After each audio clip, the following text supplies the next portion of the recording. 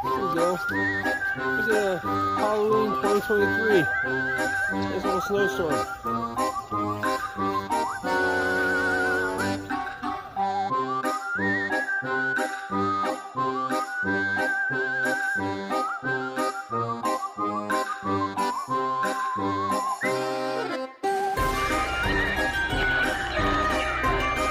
Come on, Sophia.